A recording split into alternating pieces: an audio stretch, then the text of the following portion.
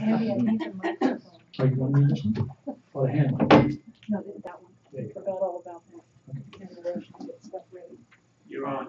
Okay, so without any further ado, it's really my pleasure and really excited to hear what's going to be said next, because it was such a joy watching this incredible woman do this hero's journey, do this pilgrimage for 400 miles or so, and she'll get into the details of that. And, you know, it's kind of living vicariously, keeping up on the internet, so I appreciate that. So, yeah, so without any delay, I'm going to introduce Reverend Eileen Brownell. This is our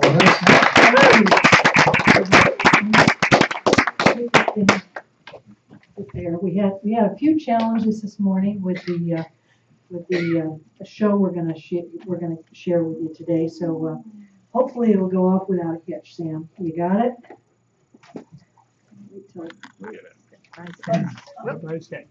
Up there. We're just going to be patient with it. There you go. There, perfect. Whenever we would pass somebody on the pathway, on the Camino, we would always say hola, which is hi in Spanish, buen camino. And this became exactly what we said to everybody. Everybody related to everybody with buen camino. Whether you were Spanish, whether you were English, whether you were, from one of the other European countries. And by the way, I met people from 19 countries around the world and 5 separate states. Well, one of the things that I quickly realized is that most of you have probably seen The Way. And for Martin Sheen, The Way was a 2-hour production. For My Way, with Eileen Brownell, it was 33 days and 792 hours. So it was actually a little bit over 400 miles. I made a conscious decision because of a foot ailment that I would not do the Pyrenees. And if you know anything about the trail, the Pyrenees is an upward to about 6,000 feet. There was still snow on it in France. And then you come on down. After that 6,000 feet, you come on back down into Spain. So I made a conscious decision not to do the full 500 miles, but rather to only do about 400 miles. And I started in Pamplona, which is south of the Pyrenees. And I calculated that I have about a 32-inch step, and I ended up making approximately 792 steps on this journey. So just what is the Camino? A lot of people say, why the Camino? What is the Camino, and what is it all about? Well, Jesus, prior to his crucifixion, took each one of his disciples and directed them as to where they were supposed to go and teach the good news. And James, which was one of his favorite disciples, was sent to what is now Spain. They didn't call it Spain at that time, obviously, but he was sent to Spain to convert people in upper northwest Europe. And he went up there, and he did have some converts. There were some challenges that he went through at the time. And at one point, he was ready to quit and give up. And supposedly, he had a vision from the Mother Mary, and she encouraged him to stay. And he did stay, and he returned to Jerusalem in 44 AD when Herod beheaded him. And one of the things that I kind of realized after I had started the journey was St. James was beheaded. And if you know me at all, you know I'm always where? In my head. And so one of the things that I realized that this is one of the reasons why I was probably called to do this was to get out of my head and into my heart. And so there were 2 disciples that were with St. James when he was beheaded, and they took his body and returned it to Spain and supposedly buried it at Santiago. And Santiago is the Spanish word for St. James. And his body lay there until approximately 900, when a monk received a vision and followed stars, and we think that it was probably the Milky Way, which runs east to west, followed the stars to where he located St. James' body, which was in Santiago. And this was sanctioned by the Pope at that time. And in about 1000, people began to follow this trail into Santiago, and they were coming from all over Europe. And the reason that they were doing that is they were looking for miracles, number one, because many of them were ill. And almost every little village along the way had 1 to about 6 hospitals, and they were run by nuns and monks at the time. And the second reason that people did it was because if they had done a terrible sin, and I use that word lightly, but if they had done a terrible sin, they wanted to do this because if they walked the whole entire pilgrimage, their sins were all absolved. And so these people would walk the Camino hoping to ultimately do that. And in 1400, Queen Isabella and King Ferdinand, who sent Columbus to America, actually did the pilgrimage. I'm sure they did it a little bit nicer, however, than the average pilgrimage did it, or average pilgrim did it. And it basically began to pick up speed. And then in the late 1800s, 1900s, it began to fall back. Well, there was a priest in one of the towns from about 1960 to 1980 that began to encourage people to do the Camino again as a spiritual journey. And so people started to pick it up. And of course, Shirley MacLaine in 1994 made it pretty famous by her ventures over there. And then she wrote a book about it in 2000. Now, if it's not a holy year, in the months of July and August, they have over 25,000 pilgrims on the one trail that I did. And there are 17 trails into Santiago. So why do people do the Camino?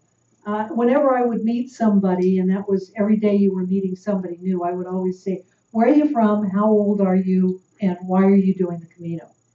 And I met people that were as young as 12 and as old as 79 that were walking the Camino. And somebody said, oh, but you missed the 81-year-old. And I went, holy cow, 81. And they were doing it. One couple that I met were from Vancouver. And they did the trail because one of their best friends had always wanted to do the Camino. He had died 2 years before, very unexpectedly, and they were carrying his ashes and distributing his ashes all along the Camino, so that he was actually doing the Camino with them. I met an army chaplain who had PTSD. He had been in Afghanistan, and he was there searching for peace within, and he was also searching to see if there was something that he could bring other veterans who had been in Iraq and Afghanistan on this trail for them too, to find some kind of peace. Met a lot of young people that were out of high school, going into college. They were taking the time off to explore, or individuals who had just graduated from college, didn't have a job yet, or people who had quit their jobs because they didn't know, they weren't happy with where they were in life, and they wanted to do something different. One man that I met was in his late 30s, and he was doing the trail because his wife had announced to him after 4 years that he wanted a divorce. And he felt that if he showed her how devoted he was spiritually, and he walked the Camino, that she would accept him back. That was his hope. And others did it just because they could. They wanted to see if they could. Now, Zen Buddhists tell us that there are 84 paths to enlightenment, and each is keenly personal and unique. And one of the things that I learned along this path, because I was very discouraged when I found out that I had a tumor on my nerve in my foot, that I couldn't walk like I wanted to, I came to understand and realize that this was my Camino. It wasn't somebody else's Camino. I was there to walk it the way God was guiding me to walk it, and it was my Camino. I didn't have to walk the 500 miles. I didn't have to walk it like anybody else.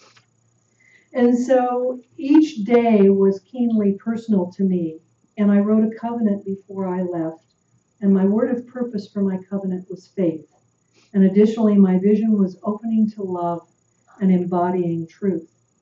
And the week before I left, I came to understand that I also was making this journey because there was something about forgiveness and something about gratitude that I needed to know. Had no idea what it looked like, no idea what it was about. But these were two of the reasons why I was going on the Camino. The Camino is also painful. It's painful emotionally, spiritually, and physically. And they tell you at the very beginning of it, depending upon who you meet, that the first 10 days is about your body, the second 10 days is about your mind, and the third 10 days are about your soul. Some people can do this in 30 days. Those are the folks that can walk 18, 19. I knew people that were walking 25 to 30 miles a day. My maximum was 14 miles. Anything beyond 14 miles, I began to run into trouble. And part of the reason why I was running into trouble is because I ended up with 8 blisters on my feet. And one night I became ill during the course of the night. I found out later on that the water, they put chlorine in their water.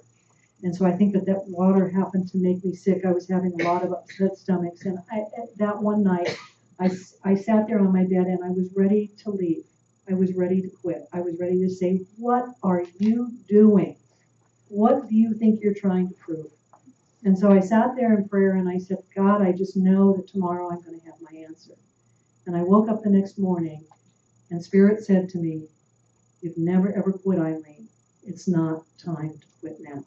And so I made the decision to go ahead and move forward. A lot of people on the trail will push themselves. I met people who had torn ligaments. They had blisters that were so bad they were infected. They had to wait for 4 to 7 days to continue.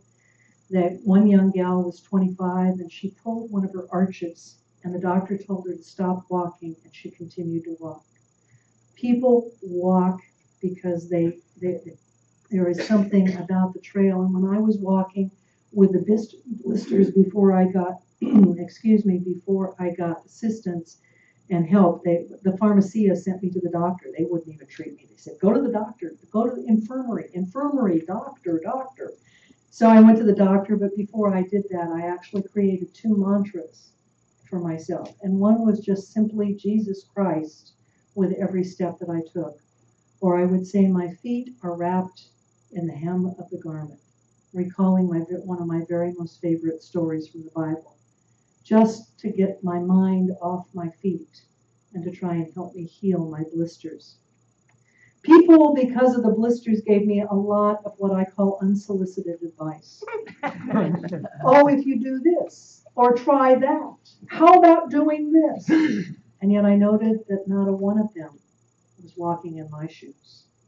And it kind of brought back the lesson that how often do I provide unsolicited advice to someone, and yet I'm not walking in their shoes. I'm trying very hard anymore to keep my mouth shut a little bit more often. Also, we noted that the Camino pain was actually a reflection of how we deal with pain in our real life. Now, none of us could do the journey without a backpack. And this was my backpack, and it's not fully packed up, but when it was completely packed up and on me, it had 2 days worth of clothing. And this is one of my outfits. I call this my evening attire that you see on, because I saved this to wear at night. The clothes that I wore during the daytime would get very dusty, would get very dirty, would get very sweaty. You'd come back into where you were staying and you would wash them if you could, but you had a bit of a challenge because sometimes it was so cold, your clothing wouldn't dry for 2 to 3 days. So you had to be careful when you washed your clothing to make sure that it was going to be dry the next morning. And so I always saved this outfit to wear in the evenings because I knew that it was clean and I'd only have it on for about 3 to 4 hours after I had taken my shower. But we were directed to take a backpack that had 10% of our body weight. And then we were reminded also that 2 liters of water is equal to 5 pounds. So when you looked at your guidebook, you had to chart out, can I take a liter or do I need 2 liters? How far am I going to have to walk? How hot is it going to be? And I used to cheer actually when I would use my toothpaste in the morning and at night or take my vitamins because that meant there was about an ounce less of weight in my backpack. I mean, we even got so bad that we clipped out the labels in our clothing because that was excess weight that you didn't want to carry. Now, I lived for 42 days with 2 sets of clothing. I didn't use any makeup. I didn't I didn't take any lotion. I didn't take suntan lotion. John, don't get mad at me. My doctor over here, he's shaking his head.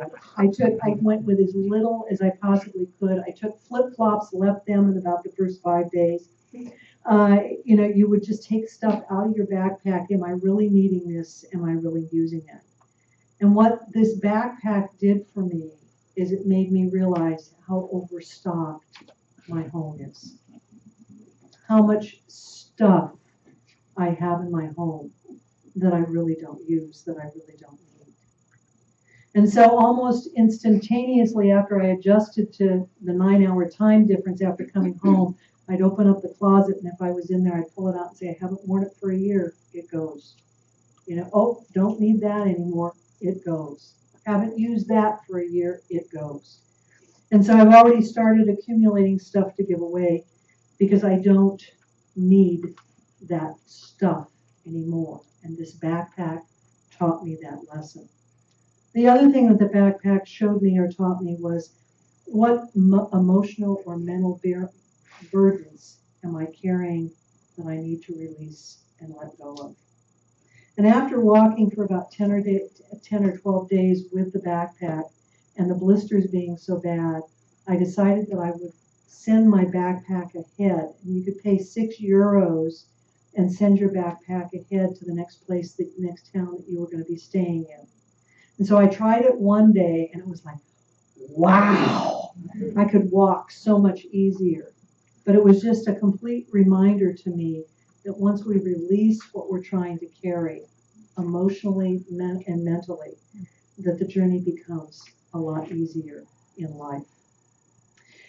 You notice that I've got a scallop shell on here, and most pilgrims would purchase a scallop shell and they would tie it onto their backpack.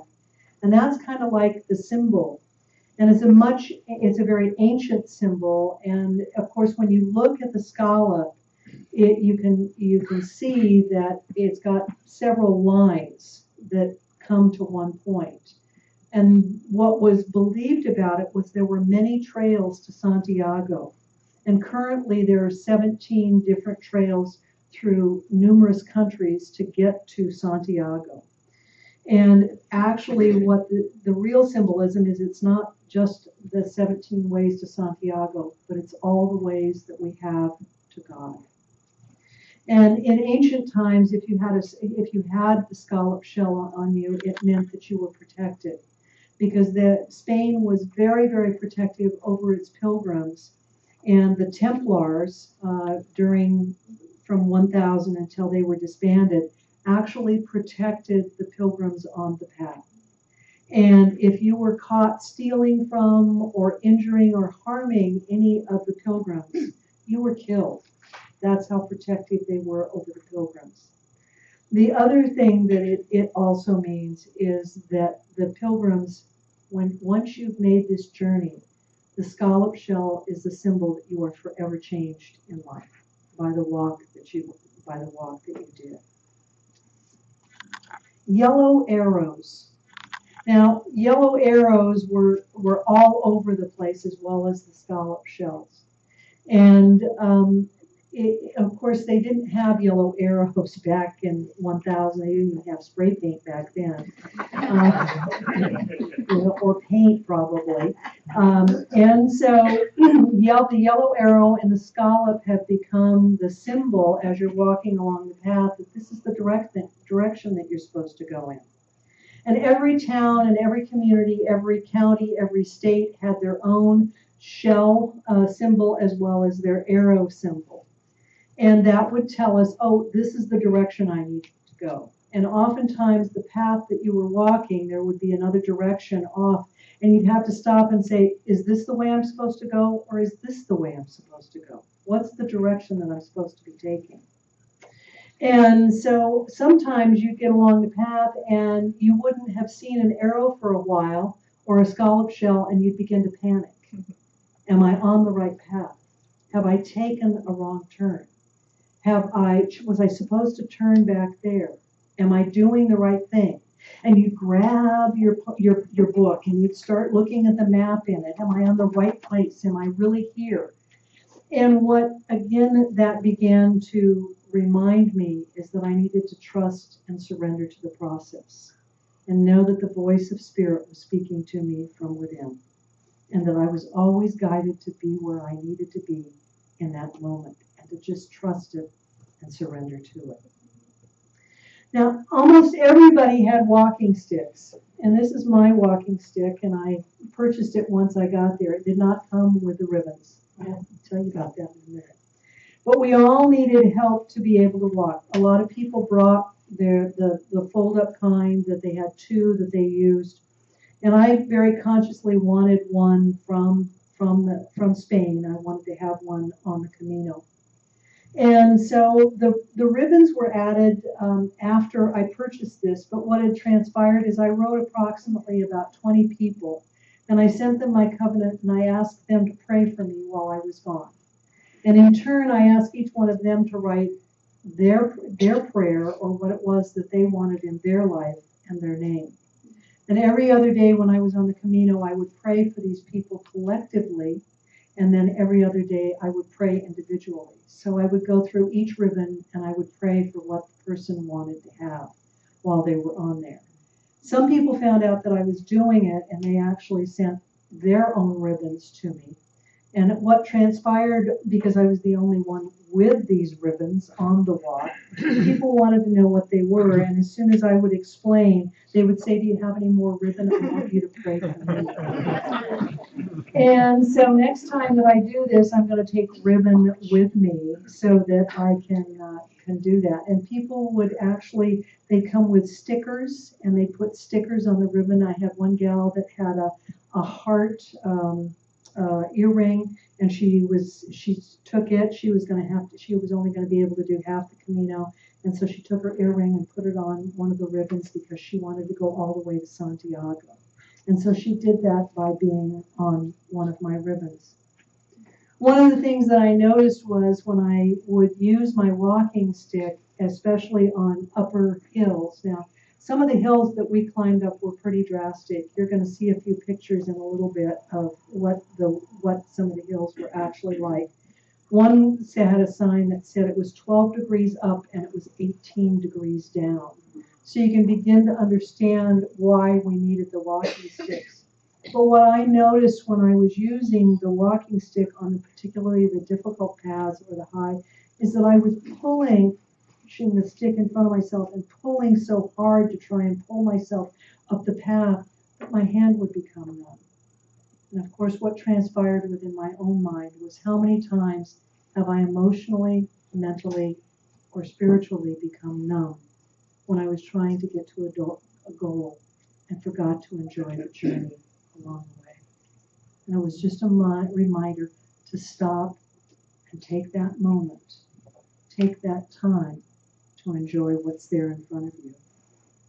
Now, I alluded to the guidebook. Every single country, depending upon what your language is, has a guidebook. And almost everyone that was English speaking had this as their guidebook. It was put together by an Englishman. And it actually had the whole entire thing broken down. It has topographical maps in it so you can see the mountains that you're going to be climbing, how high it is, how many kilometers. I had to learn to convert kilometers to miles so that I could map out how far I was going, how drastic a walk was this going to be. The worst day that I went was we climbed from what I could estimate between 2,500 and 3,000 feet within 5 miles. So you can tell the upward angle that we were going at. And it was, by the time we got to where we were supposed to be, it was about 90 degrees. So it was a very hot and long day. But as I was using my guidebook and I would look at it and I would remember what reminded me that in real life we have guidebooks. It's called the Science of Mind Text. It's called the Bible. It's called Emma Curtis Hopkins. It's called Rudolf Steiner. Any of the great works that we have from Science of Mind, those are our guidebooks, but they don't do us any good if they stay in our backpack. They don't do us any good at all if we don't take the time to read and study them. And one of the interesting things that transpired for me is I had uploaded a couple of Emmas, some Rudolf Steiner. I had my Bible, my Science of Mind text. It was all on my telephone. And I was going to go back to my room at night and study. Well, after spending basically about 5 to 6 or sometimes as much as 8 hours a day in spiritual practice, the Science of Mind text was the farthest thing from my mind. But it doesn't mean that I haven't returned to them now. One of the big things that happened for me along the way was what I call the mud factor.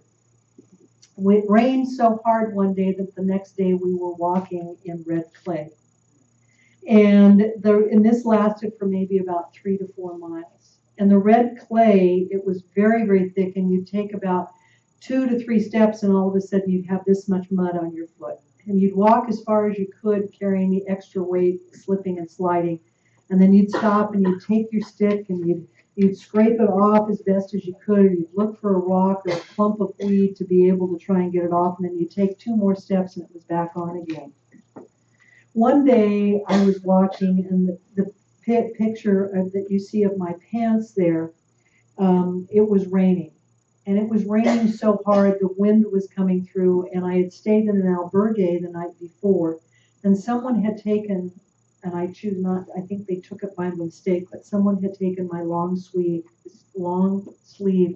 merino wool shirt. And so all I had were these little short things. I had 2 of these and the one long sleeve with me. And so I had this on, and I had a very thin jacket that helped cut back on the wind, and I had my poncho on. And even with that, the wind would just come through you horrifically. And I walked for 6 to 8 miles in what was now like a gray mud. And it was the same situation over and over and over again. You'd take 10 steps, you'd stop, you'd try to find a rock to scrape it off with. You'd walk out into the fields to see if you couldn't stay clear of it. That was cold because the wheat or the grass was cold, and so your feet became soaked. I got into what they call a bar/cafeteria. I got the biggest, they call restaurants over there cafeterias, and they're the farthest thing from what we know as a cafeteria. But I went in and I ordered a discafeinato with leche, which is decaf with milk. And every cup of coffee comes with a whole tablespoon of sugar. That's in a bag on the saucer. You don't have to use it, but that's what it comes. And I walked into this restaurant, and I sat there, and I was visibly shaking because I was so cold. My pants, as you can see, were pretty horrific. They were soaked clear up to about here because the poncho, even though it came down because of the wind, it was pretty horrific. I had all of this mud all over me. My feet were soaking wet. I had taken off my poncho and my coat, and I looked at these other people that were in the room, and I began, I was watching them, and I began to see that they were leaving, they were getting dried off, so to speak, and they were putting their backpacks back on, and they were going back out. And I thought, I just really don't want to go back out in this. I can't do this. And I began to feel such shame, and as though I was letting myself and the people that were praying for me down because I didn't want to continue on in this rain and in this mud. So after the room completely cleared out, I went to the woman who I thought was probably the owner, and I went, taxi, in hopes that there was a taxi that I could take to a town that was about 8 miles away. And she held up a finger, un momento, and she went back into a room and she came out with a blanket for me. And then she went back into a room and she came out with a plastic bag for me, and she started to point at my shoes. In other words, take your shoes and socks off. Do you have another pair? Well, all I had was my sandals and another pair of dry socks, and I'm going, I don't want to do this because that's my only dry pair of socks. I only have 2 pairs of socks. One is soaking wet, one is dry. I don't want to go back out in the rain with a dry pair of socks and a pair of sandals on. Well, she convinced me to do it.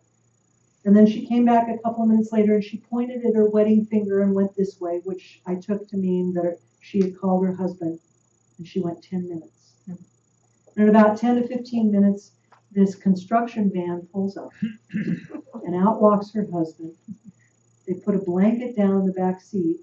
I thought it might be to protect me, but then it could have been to protect them from my mud. And before I left, I had opened up the guidebook for the town, and I knew that I wanted to stay in a pension or a hotel that night. I wanted my own bathroom. I didn't want to have to share a bathroom. And so I opened it up and I pointed at a bunch of the hotels that were there in the pensions, and I went, which meant for me, medium price. And she immediately pointed at one of the hotels in the book and told her husband where to go. And he took me 8 miles away into this town. I would have never, ever found the place that he took me. He went in and talked to the proprietor. It was obvious to me that they were friends. And the proprietor looked at me and he said, "Reservations?" And I said, "No." Turned around, he looked, and he tossed a key at me. And with that, I turned around, grabbed my wallet to pay the gentleman for what he had done.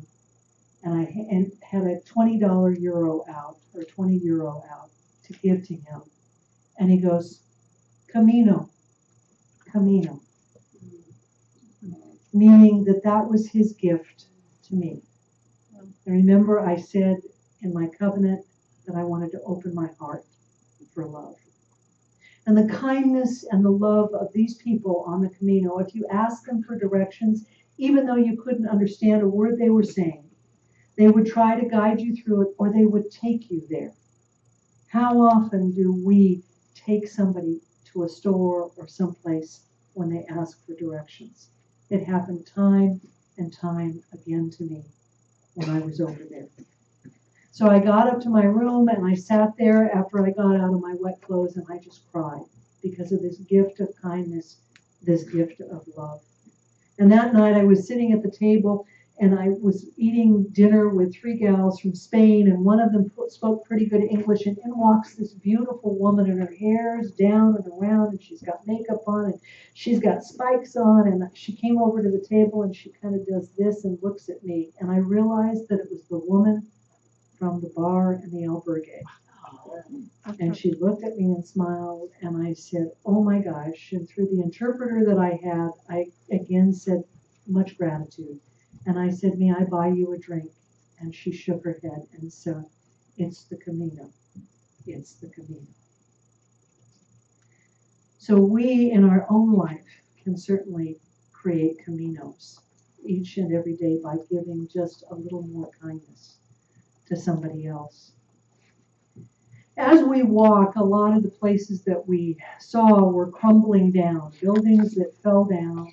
And you would see a brand new building or a building that had been renovated right next to something else that was falling apart.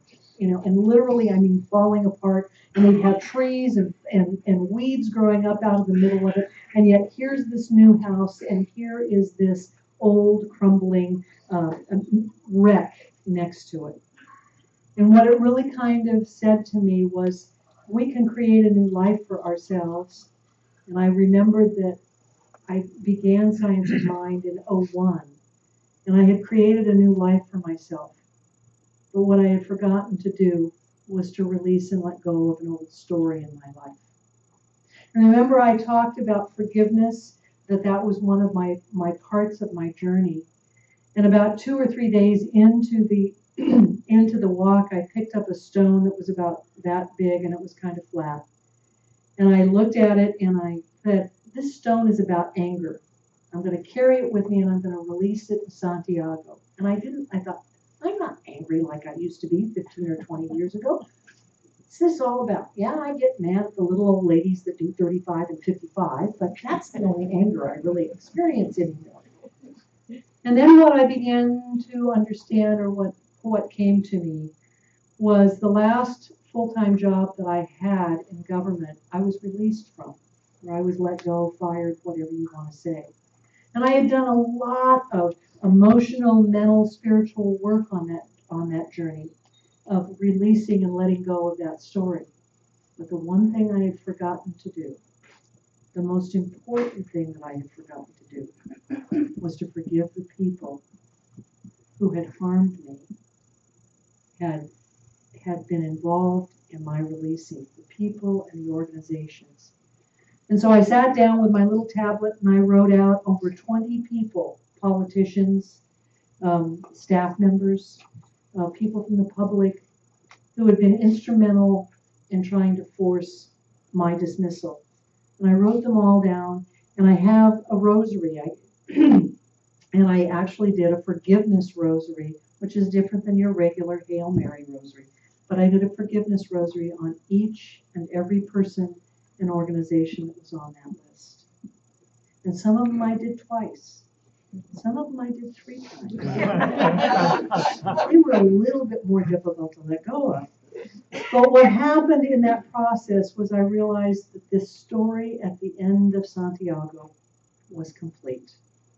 That I was really ready to let the old building that had been in this backpack, I was ready and willing to let it go because of the forgiveness issue. Now, the Santiago Trail is really kind of a metaphor for life. How we conducted ourselves on the Santiago or on the trail to Santiago, on the Camino as pilgrims, is really how we conduct ourselves in real life. Some people would rush to get through the end of it. They would do 20 to 30 miles a day because they just had to get there as fast as they could. Some would hurt themselves along the way. Others would stop and enjoy the natural beauty that was there. Others were angry. Others complained. I had one man that walked with me for about a half an hour. I could hardly wait to get rid of him. He was from another country and he hated America and yet had never ever been here. But he wanted to make sure that I knew how much he hated America. Some people walked with us for a brief moment in time, 10 minutes, 30 minutes, a couple hours. Others walked with us for 2 or 3 days. And there were others that we continued to meet in and out the whole entire trail and that were there to cheer us on and that we celebrated with when we got into Santiago. The trail was truly a metaphor for our life. One of the women that I happened to connect with about the first 8 or 9 days, she and I kind of kept crossing paths. And at one point, one day, she was walking with me. And she said, "Have you ever heard the Whitney Houston song that's about walking?" No, haven't heard that one. But I said, "Wait a second, let me see." And I pulled out my phone, and I happened to have 3 Whitney Houston albums on my phone. So we started to whip through the little songs that were there on the thing, and we hit upon a song called "Step by Step." And when Jeanette and I started to walk together for about the last 10 days, and Jeanette became very near and dear to me. She's a woman who is in stage 4 cancer, from breast cancer that's metastasized into her bones. She walked for 7 weeks all the way over the Pyrenees and down into Santiago with me. She's from Holland, and she's invited me to please come over and share some time with her in Holland. And she was just an incredible woman. But every morning, the song "Step by Step" by Whitney Houston from The Preacher's Wife was the song that we started out with. And I've got some pictures that are set to that song. So please enjoy and thank you for hearing my story. Oh.